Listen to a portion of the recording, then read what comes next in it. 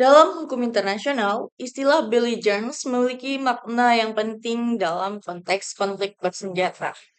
Belligerence merujuk pada suatu kelompok atau pihak yang terlibat dalam konflik bersenjata dan diakui memiliki status tertentu dalam hukum internasional. Sehingga mereka tidak lagi dipandang sekedar sebagai pemberontak biasa dalam hukum nasional, melainkan sebagai entitas yang memiliki kapasitas hukum terbatas di tingkat internasional. Untuk dapat dikategorikan sebagai belligerents, suatu kelompok harus memenuhi sejumlah syarat yang cukup ketat. Pertama, kelompok tersebut harus memiliki struktur organisasi yang sangat jelas dan teratur, sehingga mampu menunjukkan adanya kepemimpinan yang efektif. Kedua, kelompok tersebut harus menguasai wilayah tertentu secara nyata dan berkelanjutan, bukan hanya secara sporadis. Ketiga, kelompok tersebut harus mampu menjalankan fungsi pemerintahan terhadap wilayah yang dikuasainya, termasuk menjaga ketertiban dan administrasi. Keempat, dan yang tidak kalah penting adalah pengakuan dari negara lain, baik secara eksplisit maupun implisit, yang menunjukkan bahwa kelompok tersebut dipandang sebagai pihak yang relevan dalam hubungan internasional. Status belligerence ini membawa konsekuensi hukum yang signifikan.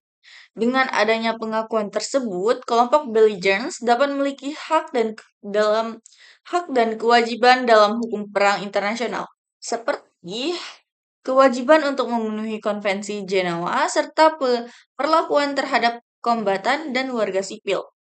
Selain itu, mereka dapat menjalin hubungan terbatas dengan negara lain, misalnya dalam bentuk perundingan atau perjanjian tertentu yang berkaitan dengan konflik.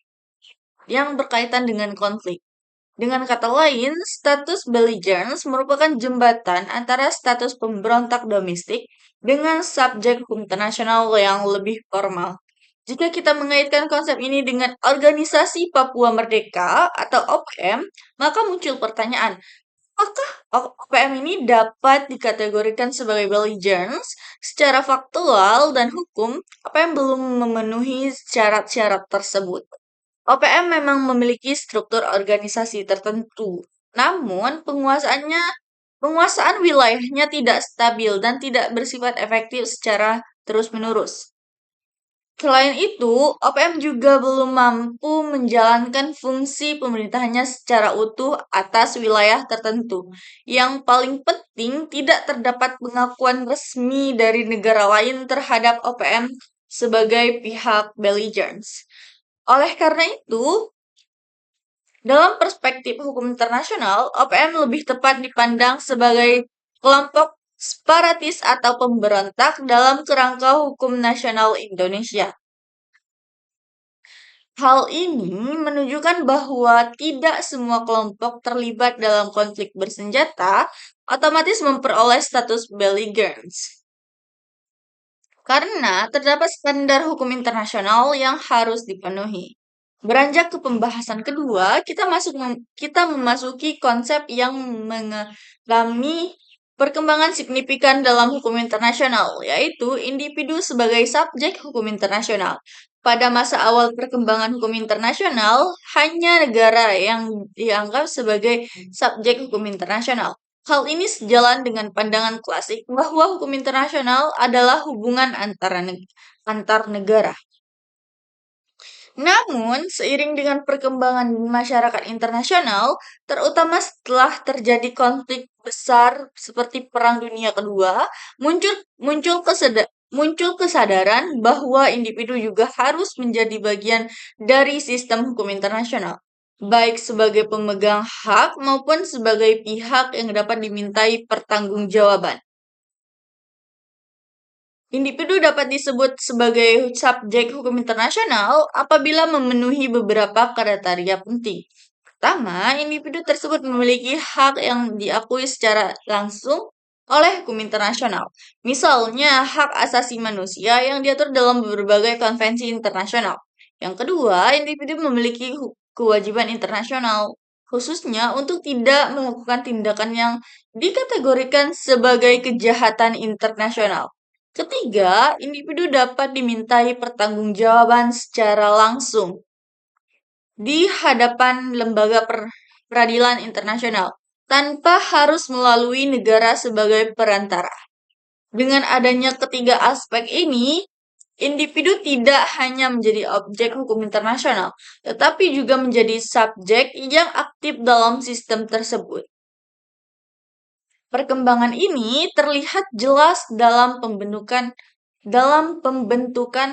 berbagai pengadilan internasional seperti Mahkamah Pidana Internasional atau International Criminal Court atau ICC yang memiliki yuridiksi untuk mengadili individu atas kejahatan internasional serius seperti genosida, kejahatan perang, dan kejahatan terhadap kemanusiaan.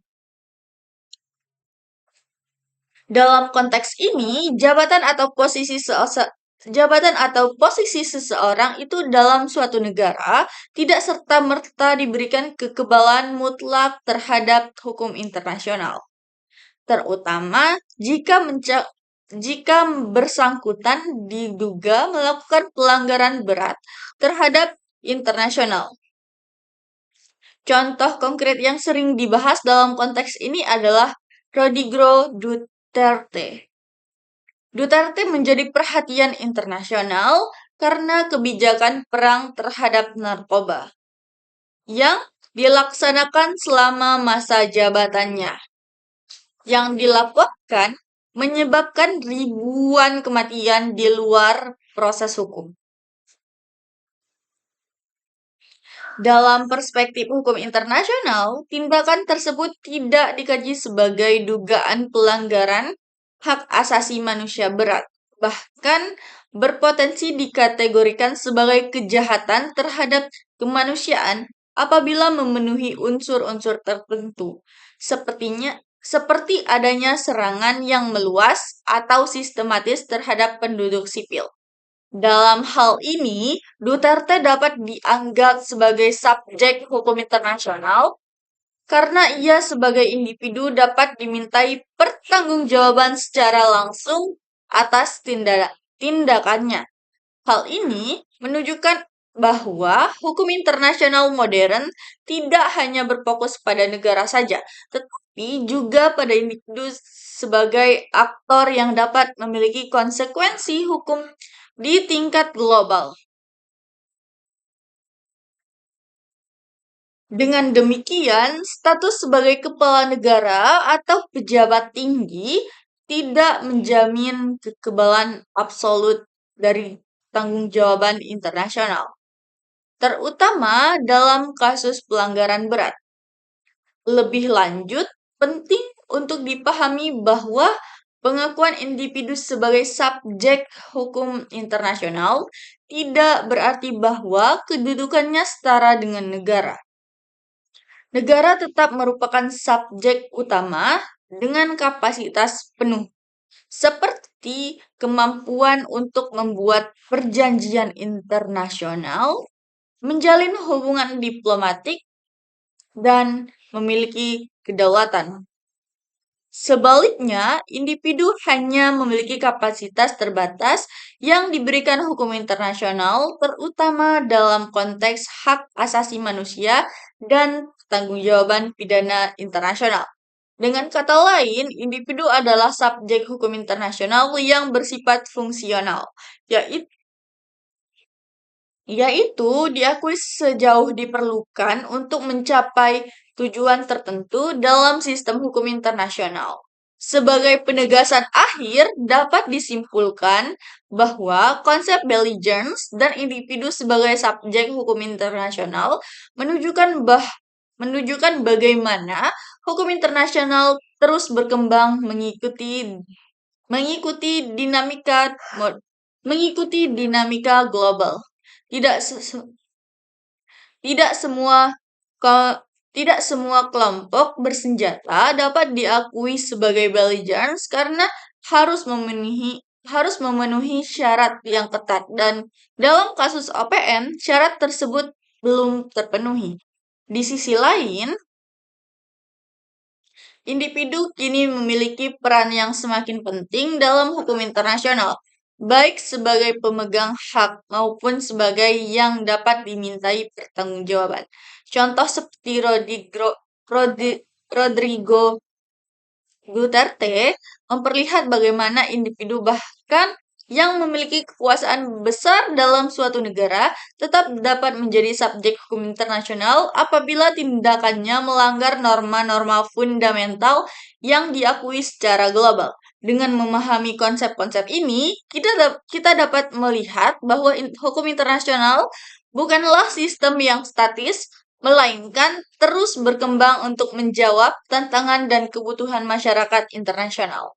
Sekian dan terima kasih.